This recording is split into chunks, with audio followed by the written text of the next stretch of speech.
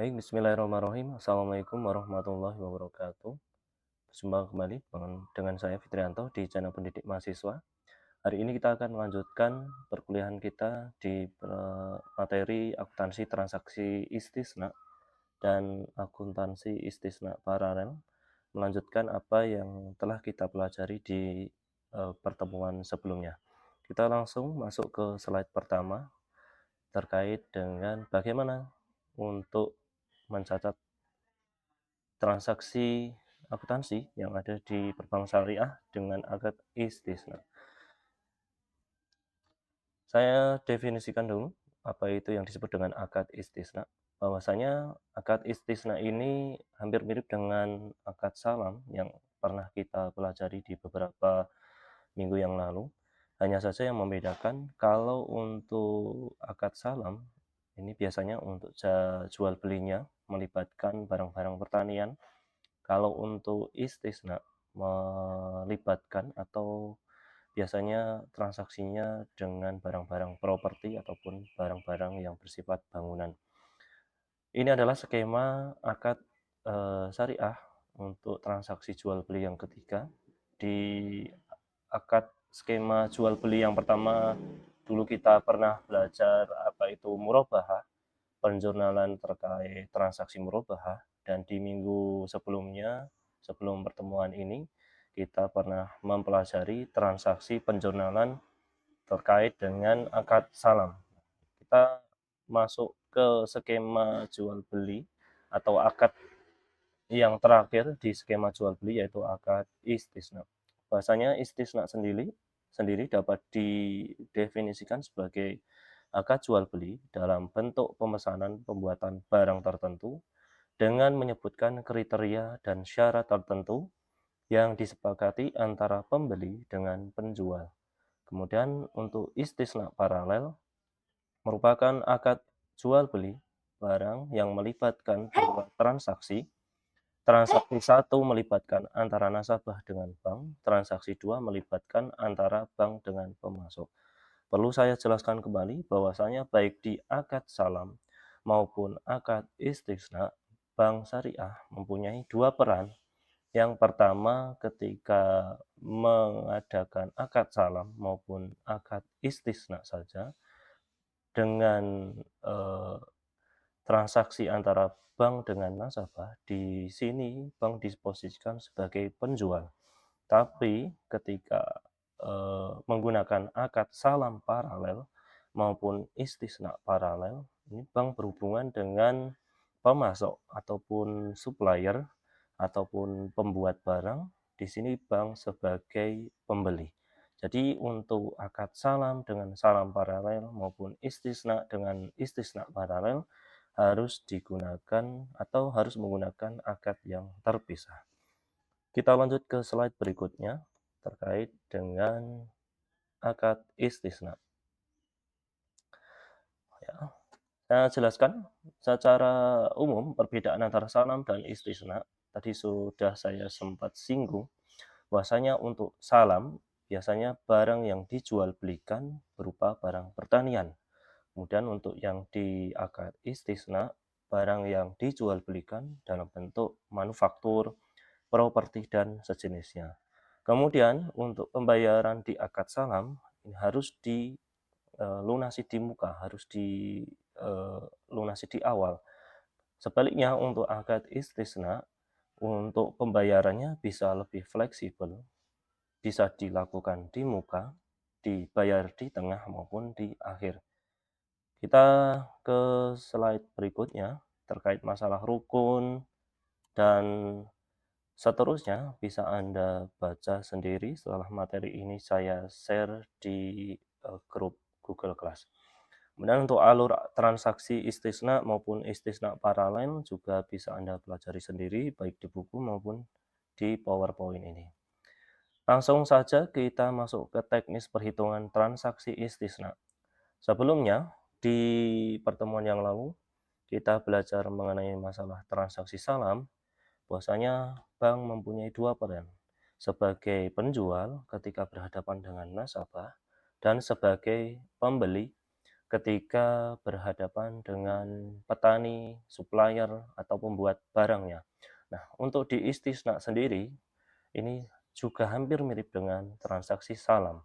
Ya, bank juga berperan sebagai pembeli ketika berhadapan dengan nasabah, dan juga bank berperan sebagai penjual, mohon maaf, bank sebagai penjual ketika berhadapan dengan nasabah, dan bank sebagai pembeli ketika berhadapan dengan pembuat barang atau supplier. Kita masuk ke transaksi yang pertama dulu, transaksi istisna yang pertama, bank sebagai penjual ketika berhadapan dengan nasabah. Di contoh sudah dituliskan bahwasanya ada dokter yang berencana membangun ruang rawat inap seluas 100 meter, meminta bantuan pada bank syariah untuk menyediakan eh, apa ya, sejumlah dana dan minta untuk sekaligus dibangunkan dari ruang yang diinginkannya. Setelah negosiasi dengan bank syariah dan bank melakukan survei, katakanlah secara singkat pada tanggal 10 Februari 2024, ditandatanganilah akad istisna antara bank dengan nasabah, dalam hal ini adalah dokter tersebut, dengan informasi sebagai berikut. Harga jual atau harga bangunan dari bank kepada nasabah ini disepakati harganya adalah 150 juta. Kemudian lama pembangunan sampai dengan selesai ditargetkan kurang lebihnya 5 bulan. Paling lambat 5 bulan dari bulan Februari adalah 10 Juli 2024. Mekanisme penagihan ada 5 termin atau 5 tahap, masing-masing termin atau tahap sebesar 30 juta rupiah mulai dibayarkan pada tanggal 10 April, mohon maaf, mulai ditagihkan pada tanggal 10 April 2024. 30 jutanya dari mana, Pak? 30 jutanya ini adalah dari 150 juta dibagi 5 termin atau 5 tahap, maka per terminnya, per tahapnya akan ditagih sebesar 30 juta rupiah. Mekanisme pembayaran ini dilakukan setiap 3 hari setelah tanggal penagihan. Apabila bank kepada nasabah memberikan surat penagihan ini pada tanggal 10 setiap bulan mulai bulan April selama 5 kali atau 5 termin, maka nasabah wajib untuk membayarnya 3 hari setelah tanggal 10, berarti tanggal 13 mulai April 2024. Ini adalah transaksi istisna yang pertama, bank sebagai penjual, nasabah sebagai pembeli. Yang menjadi pertanyaan adalah apakah ketika bank mendapatkan orderan untuk membangun ruang, gedung, dan seterusnya, punya tukang? Ya, tentu jawabannya tidak. Maka dari hal tersebutlah bank mencari pihak ketiga untuk membangunkan atau menyelesaikan bangunan yang diminta oleh nasabah. Katakanlah pada transaksi istisna yang kedua, ini bank sebagai pembeli ya kepada pemasok atau penjual atau kontraktor untuk membangunkan dari yang diminta oleh dokter tersebut. Katakanlah pada tanggal 12 Februari 2024, bank mengadakan transaksi istisna dengan kontraktor PT ABC dengan kesepakatan misalnya harga dari kontraktor kepada bank disepakati sebesar 130 juta rupiah. Lama penyelesaian 4 bulan 15 hari, paling lambat 25 Juni 2024. Februari ya ditambah 4 bulan berarti Juni ya. Kemudian harga belinya ini adalah dari kontraktor 130 juta.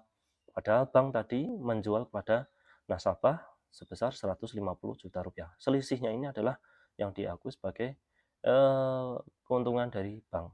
Kemudian mekanisme penagihan dari kontraktor ini ada 3 termin, 3 tahap. Ya, ketika bangunan tersebut sudah selesai 20%, maka akan dilakukan penagihan dari kontraktor pada bank untuk tagihan yang pertama. Kemudian ketika bangunan sudah selesai 50%, maka kontraktor akan menagih kepada bank pada termin kedua. Dan setelah bangunan selesai 100%, akan muncul tagihan 3 dari kontraktor kepada bank. Jadi beda ya transaksi yang pertama dengan transaksi istisna yang pertama dengan transaksi istisna yang kedua ini bank memposisikan, berbeda. Ketika bank memposisikan sebagai penjual di transaksi istisna yang pertama, ya, harga tadi disepakati 150 juta, lama penyelesaian 5 bulan, kemudian mekanisme ada 5 tahap dan seterusnya. Kemudian ketika bank memposisikan sebagai pembeli, ini harganya juga beda, 130, lama penyelesaian 4 bulan, kemudian mekanisme penagihan dari kontraktor, ya, 3 tahap, kemudian mekanisme pembayaran bank dibayar tunai sebesar tagihan dari kontraktor. Jadi tagihannya misalnya yang pertama setelah bangunan 20% ya wajib langsung dilunasi oleh bank ketika, surat tagihan dari kontraktor itu, diberikan kepada bank. Misalnya berapa hari setelahnya, tidak dijelaskan di sini, nanti akan saya jelaskan di pembahasan setelahnya. Kita langsung masuk ke slide berikutnya, ya. Bagaimana untuk, penjurnalannya, Pak? Di transaksi istisna, ya, bahwasanya ini ada sedikit perbedaan dengan transaksi salam. Ketika transaksi salam, baik bank sebagai penjual, ya, wajib dibayar di muka, kan biasanya akan menerima dana lunas dari nasabah. Tapi untuk istisna ini kan bisa fleksibel, bisa dibayar di muka, bisa dibayar di tengah maupun di akhir. Nah, penjurnalan transaksi istisna ini yang pertama ada kaitannya dengan transaksi biaya per-akad. Biaya per-akad ini biasanya akan muncul ketika bank akan melakukan survei kepada si nasabah ya, yang meminta untuk dibangunkannya. Misalnya keluar biaya 2 juta rupiah. Sebenarnya untuk di transaksi biaya per-akad ini, ketika bank memposisikan sebagai penjual, secara langsung terhadap transaksi istisna, ini belum ada jurnalnya. Jurnal ini muncul ketika katakanlah bank ketika melakukan survei mengeluarkan biaya 2 juta rupiah. Ya, maka jurnalnya pada tanggal 5 Februari 2024 ketika bank mengeluarkan uang untuk biaya survei, maka akan dicatat sebagai debit beban pra-akad yang ditangguhkan sebesar 2 juta rupiah. Keluar uang berarti berkaitan dengan kas. Ya, kalau uang keluar berarti kredit kas sebesar 2 juta rupiah. Yang menjadi pertanyaan adalah apakah ketika bank di transaksi pra-akad ini kalau tidak ada biaya yang dikeluarkannya, apakah ada jurnalnya, Pak? Ya, tentu tidak ada jurnalnya. Ya, jurnal ini muncul ketika ya bank melakukan katakanlah survei dan menghabiskan uang 2 juta rupiah. Kalau tidak ada survei dan tidak ada uang yang dikeluarkan berarti ya juga tidak ada jurnal. Kita lanjut ke transaksi berikutnya. Saat penandatangan akad dengan pembeli, bank sebagai penjual, katakanlah untuk nasabah ini ya, membayar istisnanya, akad istisnanya ini ketika bangunan tersebut bertahap ya, atau dari bank menetapkan pembayarannya nggak usah sekarang deh, ya pembayaran nanti saja. Maka ketika terjadi akad istisna dengan pembeli si dokter Feby tadi, ya bank tidak menerima uang ya karena belum ada uang yang diterima dari nasabah. Ya, secara resmi yang berkaitan dengan istisna ini belum ada jurnal. Adanya kesepakatan jual beli istisna ya yang di slide sebelumnya menyebabkan pengeluaran biaya pra-akad ya, misalnya tadi survei yang berubah atau diakui sebagai biaya istisna. Biaya pra-akad diakui sebagai beban tangguhan menurut Pedoman Standar Akuntansi Keuangan nomor 104 paragraf 26 yang disebut dengan biaya istisna. Maka ketika tanggal 10 Februari 2024 ketika terjadi akad istisna dengan nasabah bank sebagai penjual, maka biaya pra-akad yang sebelumnya akan diakui sebagai biaya istisna, maka jurnalnya akan berbunyi debit biaya istisna Rp2.000.000, lawannya ya, kredit beban praakad yang ditangguhkan sebesar Rp2.000.000.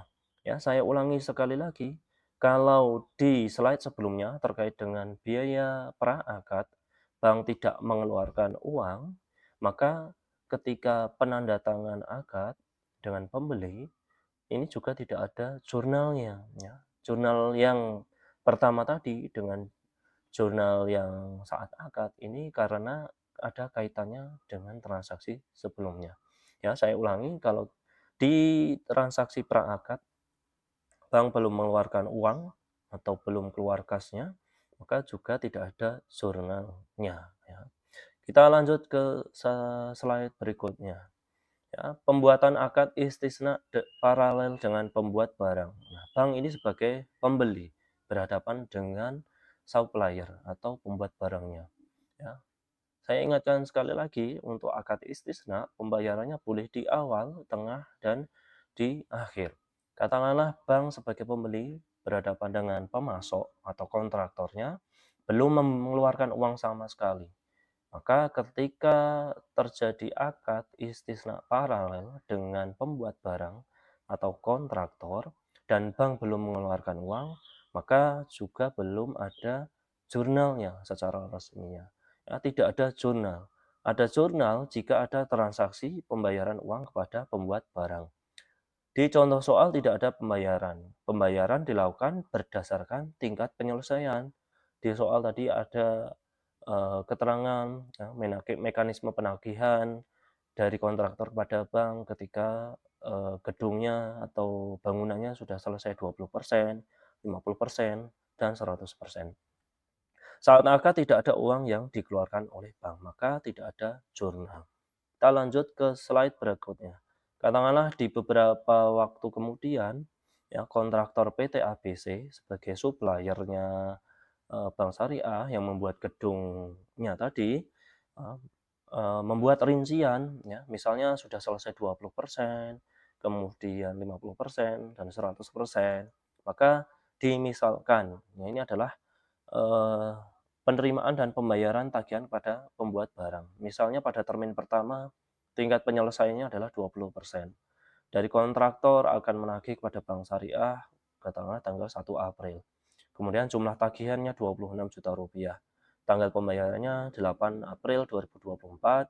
Jumlah yang dibayarkan juga seharus sama, ya. Yang ini maksudnya yang disebut dengan lunas. Maksudnya jumlah tagihannya 26, jumlah pembayarannya juga 26 juta. Kemudian termin kedua, ya, tanggalnya 15 Mei, jumlah tagihannya 39, ya, tanggal bayarnya 22 Mei, tanggal bayarnya 39 juta. Jumlah pembayarannya 39 juta. Kemudian di termin terakhir atau termin ketiga, ketika bangunan sudah selesai 100%, kontraktor mengirim surat tagihan kepada Bank Syariah pada tanggal 25 Juni, jumlah tagihannya 65 juta, tanggal bayarnya dimisalkan 2 Juli, dan kemudian jumlah pembayarannya 65 juta rupiah. Kita bahas satu persatu setiap termin terkait dengan penerimaan dan pembayaran tagihan kepada pembuat barang. Kita lanjut ke slide berikutnya. Nah, misalnya, penerimaan dan pembayaran tagihan pada pembuat barang di termin pertama. Tanggal 1 April 2024, PT ABC menyelesaikan 20% bangunan dan mengirimkan surat tagihan kepada Bank Syariah pada termin pertama sebesar Rp26 juta. Rp26 juta ini dapatnya dari mana, Pak? Ya. Ingat, ya, di soal bahwasanya termin pertama itu adalah 20%, termin ketiga 50%, termin ketiga 100%. Termin pertama 20%. 20% dikali harga beli bank kepada supplier atau kontraktor, tadi disepakati adalah Rp130 juta. Berarti 20% dikali 130 juta, maka jurnal pengakuannya, ya, ingat, ketika bank menerima surat tagihan dari kontraktor PT ABC pada setiap terminnya dan bank belum membayar pada saat itu, maka jurnalnya akan berbunyi 1 April 2024 debit aset istisna dalam penyelesaian sebesar Rp26 juta. Karena pada tanggal 1 April bank menerima surat tagihan dari kontraktor dan belum langsung dibayar, maka pada tanggal 1 pula ini juga diakui sebagai utang. Ya, karena bank belum membayar kepada kontraktor sebesar sama Rp26 juta. Nah, lalu ya, bank membayarnya 7 hari kemudian, yaitu tanggal 8 April dimisalkan. Ketika bank membayar tagihan kepada kontraktor PT ABC ya untuk membayar utangnya, maka kan keluar uang nih ya. Keluar uang, jurnalnya akan berbunyi ya, untuk membayar utangnya pada 8 April 2024, jurnal bank akan berbunyi debit utang istisna ya kepada PT ABC Rp26 juta. Ya, membayar utang ya berarti mengeluarkan uang, lawannya adalah kredit kas ya kepada rekeningnya pemasok PT ABC Rp26 juta. Maka pada termin pertama ini ya saya dapat menyimpulkan tanggal 1 April 2024 bank menerima tagihan belum langsung dibayar. Ketika menerima tagihan maka diakui sebagai utang. Ketika tanggal 8 April 2024, bank bayar utangnya, ya, maka piutangnya hilang. Ya, mohon maaf, piutangnya, utangnya hilang kepada PT ABC termin pertama ya, Rp26 juta. Bayar utang, keluar uang, berarti lawannya kredit kas ya, Rp26 juta. Saya kira teman-teman mudah dipahami terkait logika ini. Bagaimana Pak untuk yang termin kedua dan termin ketiga ketika tagihannya muncul dan bank membayarnya? Kita bahas satu persatu ya ke slide berikutnya ya.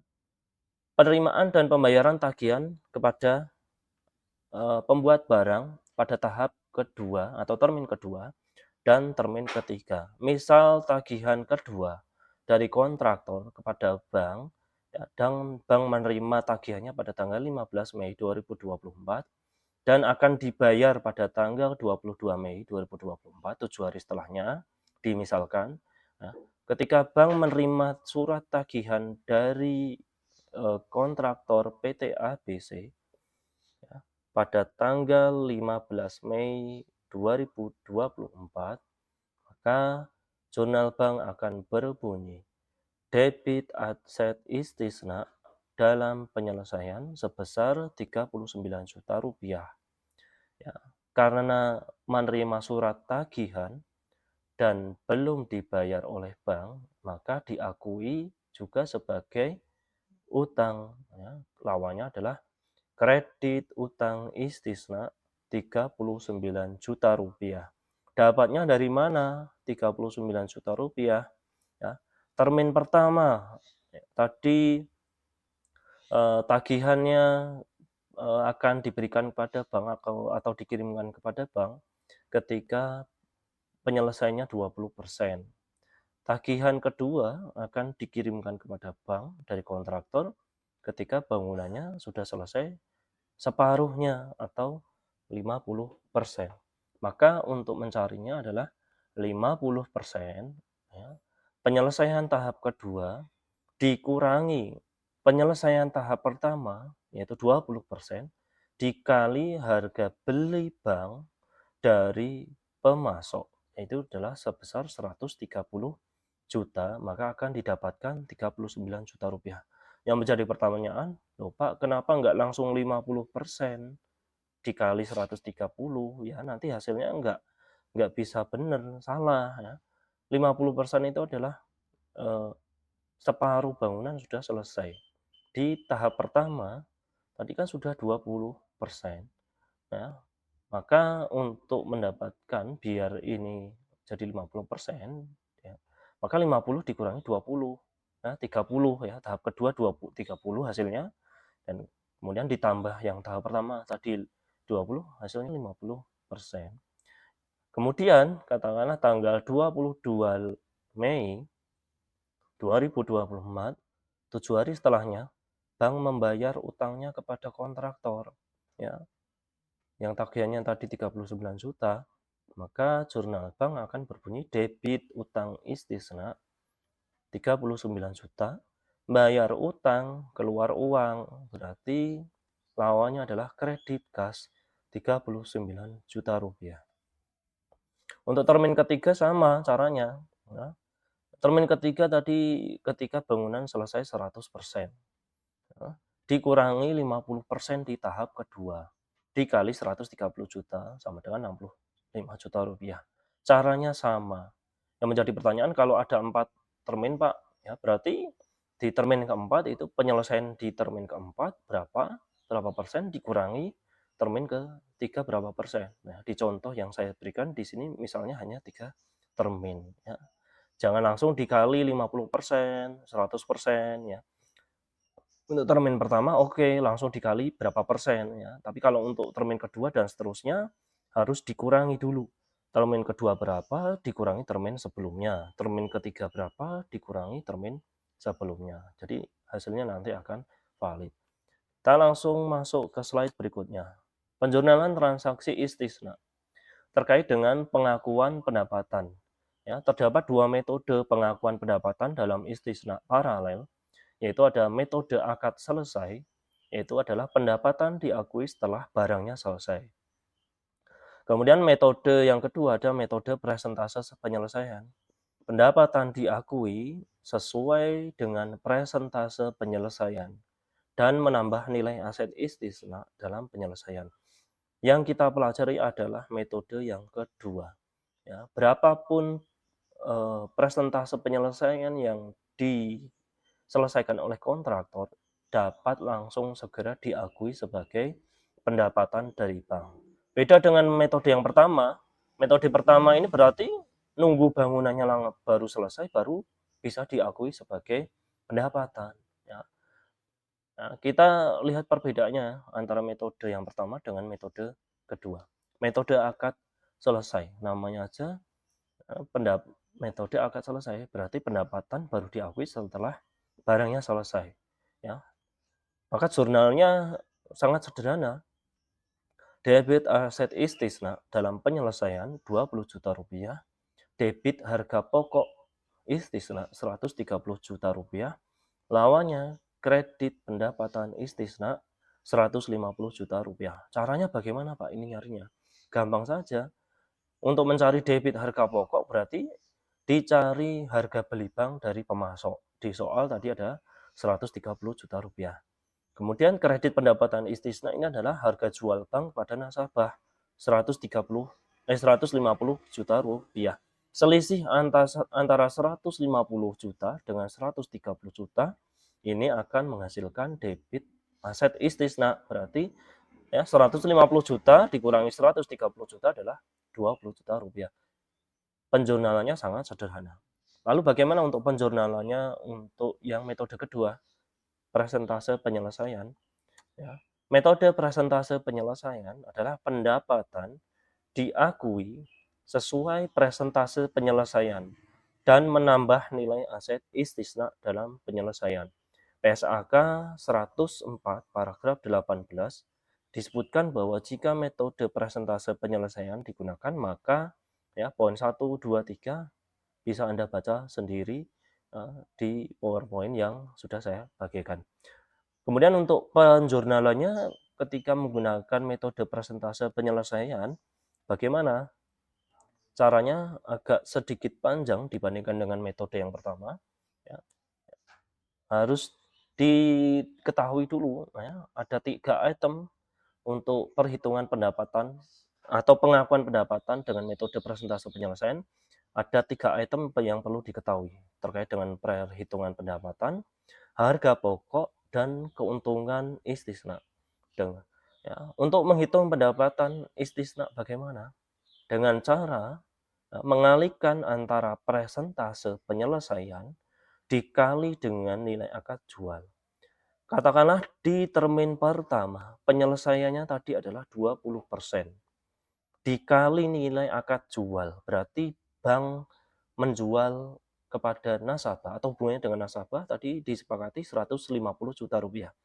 Di termin pertama katakanlah tadi 20% penyelesaiannya, dikali ya harga jual bank kepada nasabah Rp150 juta, maka akan didapat sebesar Rp30 juta. Ini disebut dengan pendapatan istisna. Yang item kedua terkait dengan harga pokok istisna, diakui sebesar persentase penyelesaian aset istisna.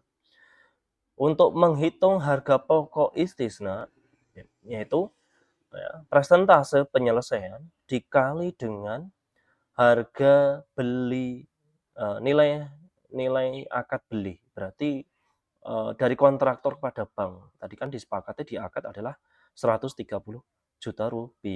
Maka di termin pertama penyelesaiannya adalah 20% dikali harga belinya dari bank kepada kontraktor 130 juta, maka akan didapat harga pokok istisna sebesar Rp26 juta. Item yang terakhir mengenai tentang keuntungan istisna. Dapat dicari dengan cara persentase penyelesaian dikali margin keuntungan istisna.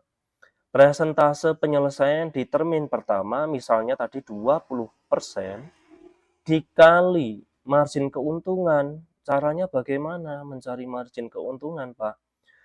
Dicari selisih harga jual dari bank kepada penjual tadi 150 juta dikurangi dengan harga beli bank kepada kontraktor tadi 130 juta, maka didapat 20% dikali 20 juta sama dengan 4 juta rupiah. Nah, ini yang disebut dengan keuntungan istisna. Keuntungan istisna, cara cepat yang bisa Anda terapkan adalah ketika Anda sudah mencari pendapatan istisna dan harga pokok, ya, tinggal dikurangi saja. Misalnya pendapatan istisna tadi 30 juta. Harga pokok 26 juta.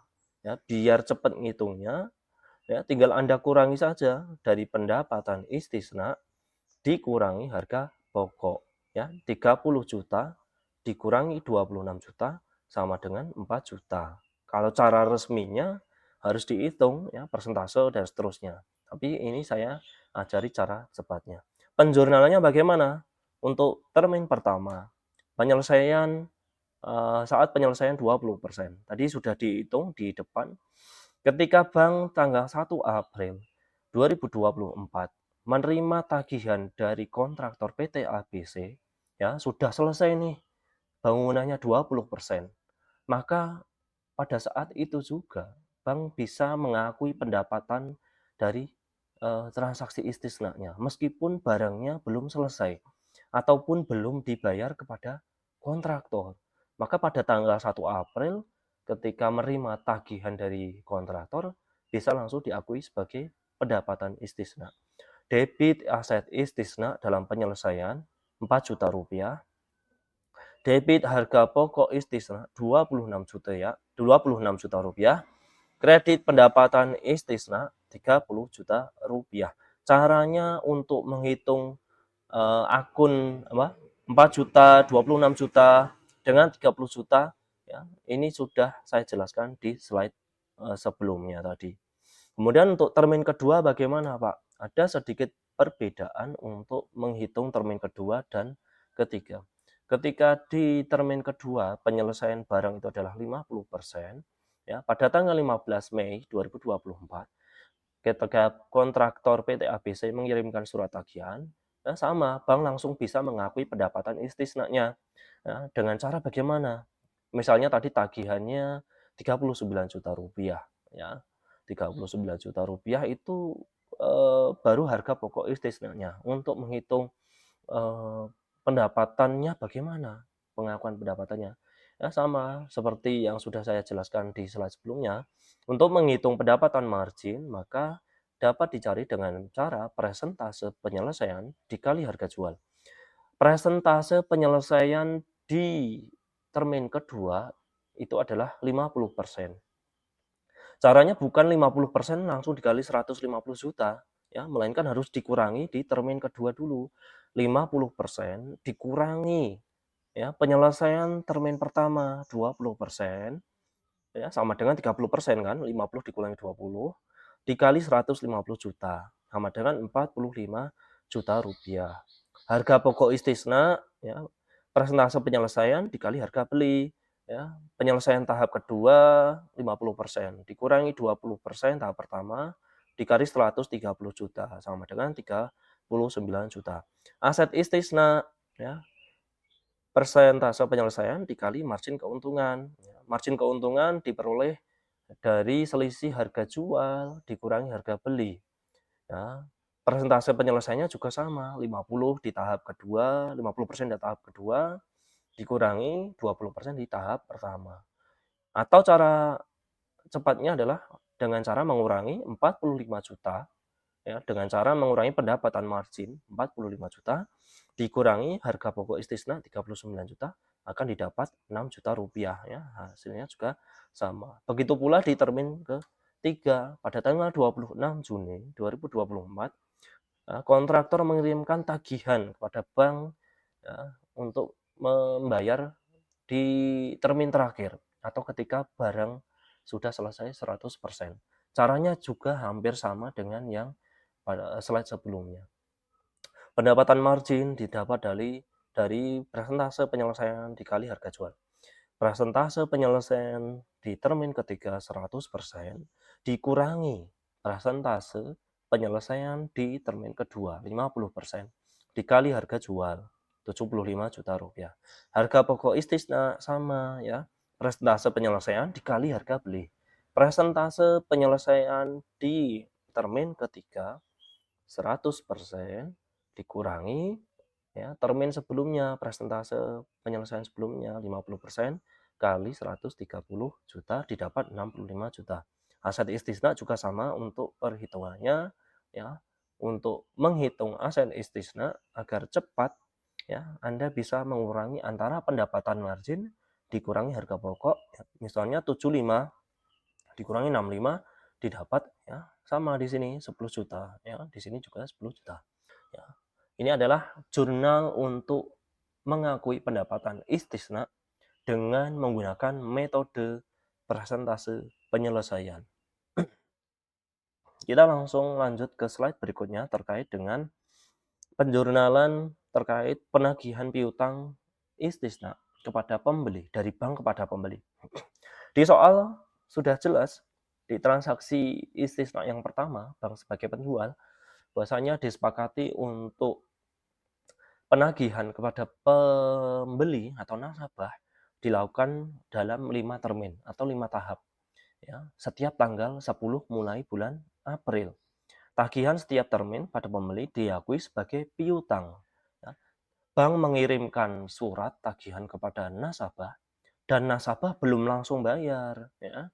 Maka ketika bank mengirimkan tagihan kepada nasabah, ya, jurnal bank belum menerima uang tapi diakui sebagai piutang istisna, ya, baik di bulan April, Mei, Juni, Juli, Agustus, ya, setiap tanggal 10, ya, ini diakui sebagai piutang istisna. Misal pada tanggal 10 April 2024, jurnal bank ketika mengirimkan surat tagihan kepada nasabah akan berbunyi debit piutang istisna 30 juta rupiah, lawannya kredit termin istisna, ya. Termin tadi kan tahap pertama, katakanlah ini tahap pertama, 30 juta rupiah. 30 juta dari mana, Pak? Ya, ingat, harga jual bank kepada nasabah sebesar 150 juta rupiah. Di soal ada. Dibagi, ya, di soal adalah 5 tahap atau 5 termin. Per terminnya berarti adalah 30 juta rupiah. Baik bulan Mei, Juni, Juli, Agustus, angkanya sama semua, 30 juta rupiah. Ketika bank mengirimkan surat tagihan, maka jurnal bank akan mengakui sebagai piutang. Kita kembali lagi ke soal yang pertama, bahasanya nasabah atau Dr. Feby tadi diwajibkan untuk segera membayar tagihannya kepada Bank Syariah 3 hari setelah surat tagihan diberikan kepada nasabah, dari bank pada nasabah.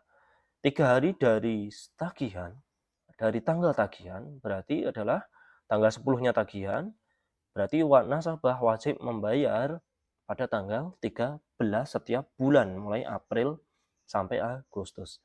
Katakanlah dari Dr. Feby pada tanggal 13 April 2024 ini membayar tagihan istisna termin pertama kepada bank, ya, maka jurnal bank akan berbunyi debit kas. Ya, ketika bank menerima uang akan dicatat sebagai debit kas. 30 juta rupiah piutangnya dari bank kepada nasabah sudah hilang. Kredit piutang istisna 30 juta rupiah. Ya, sama dari April sampai Agustus 30 juta rupiah dibayar 3 hari setelah surat atau tanggal penagihan. Tanggal penagihannya 10 berarti bayarnya 3 hari setelahnya adalah tanggal 13 setiap bulan, baik dari April, Mei, Juni, Juli, dan Agustus. Saya kira ini tidak terlalu sulit.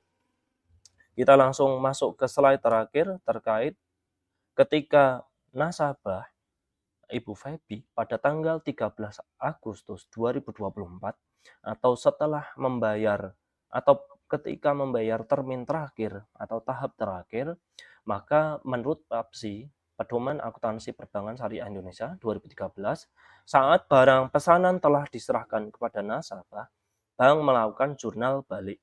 Ya, kita lihat tadi di slide sebelumnya, ya, termin terakhir adalah 13 Agustus. Berarti secara tidak langsung ketika nasabah pada tanggal 13 Agustus 2024 membayar tagihan terakhir, ya, kepada bank syariah, maka eh, tagihan dari nasabah kepada bank ini sudah selesai atau bisa dikatakan pembiayaannya sudah lunas. Ketika pembiayaan sudah lunas, maka bank wajib menyerahkan sepenuhnya barang tersebut, ya, menjadi milik nasabah. Maka jurnal bank ketika tanggal 13 Agustus atau bertepatan dengan angsuran terakhir dari nasabah, jurnal bank akan berbunyi pula debit termin istisna 150 juta rupiah. Harga jualnya tadi kan 150 juta rupiah atau 30 juta per termin dikali 5 kali tahapan atau 5 termin 150 juta rupiah. Lawannya adalah kredit aset istisna dalam penyelesaian 150 juta rupiah. Nah, penjurnalan untuk transaksi istisna, akuntansi transaksi istisna, kita cukupkan sampai di pembahasan saat barang pesanan telah diserahkan kepada nasabah.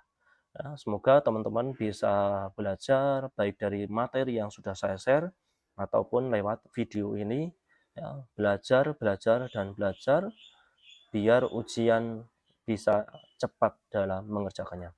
Terima kasih teman-teman semuanya. Kita jumpa lagi di pertemuan berikutnya, di video berikutnya dengan materi akuntansi transaksi ijar. Terima kasih atas perhatiannya. Assalamualaikum warahmatullahi wabarakatuh.